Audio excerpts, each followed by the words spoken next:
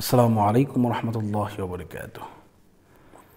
আপনার স্ত্রী যদি পরকীয়ার মধ্যে লিপ্ত থাকে তাহলে আপনি কিভাবে তাকে এই রাস্তা থেকে সরাবেন, কিভাবে আপনি তাকে বের করে নিয়ে আসবেন। আসলে আমরা কিছু সিম্পল কোরআন এবং হাদিস থেকে আমরা ইনশাল্লাহ বিষয়গুলো একটু জেনে নিই। তো প্রথম কথা হচ্ছে, আপনি যদি আপনার স্ত্রীকে এমন মনোভাব দেখেন যে সে আপনার প্রতি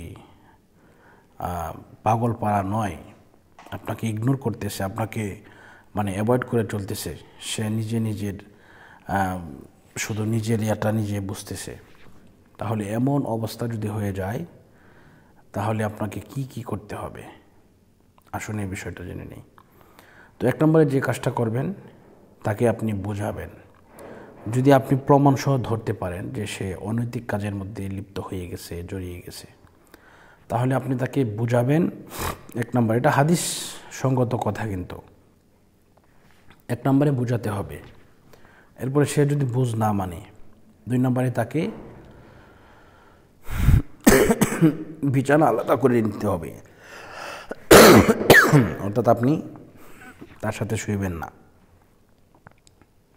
বিছানা আলাদা করবেন।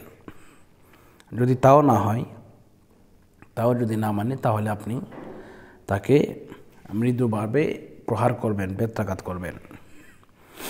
এরপরে যদি সে তার এই অনৈতিক কাজের মধ্যে জড়াই থাকে, লিপ্ত থাকে, তাহলে আপনি তাকে কোরআন এবং হাদিসের আলোকে 3 মাসে আপনি সুযোগ দিবেন। এই 3 মাসের ভিতরে আপনি আপনার স্ত্রীকে 3 তালাক দিয়ে দিবেন, তাহলে এই 3 তালাক হয়ে যাবে।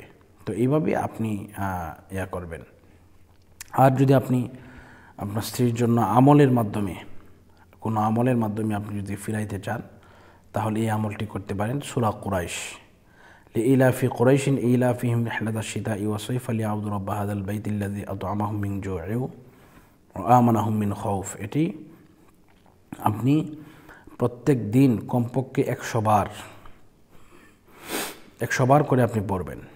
দেখবেন ইনশাল্লাহ আপনি 100 বার করে পড়লে এটা আপনার স্ত্রীর জন্য মঙ্গল হবে, এবং এটা একটানা 1 সপ্তাহ এই আমলটা করবেন।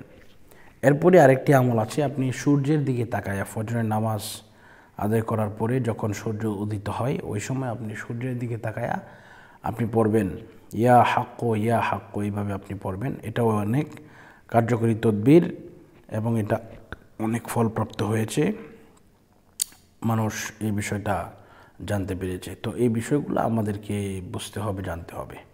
তো আল্লাহ পাক আমাদের সকলকে কবুল করুন, মঞ্জুর করুন। আজকের মতো এই পর্যন্তই, বিদায় নিচ্ছি। আসসালামু আলাইকুম রহমতুল্লাহি ওয়া বারাকাতুহু।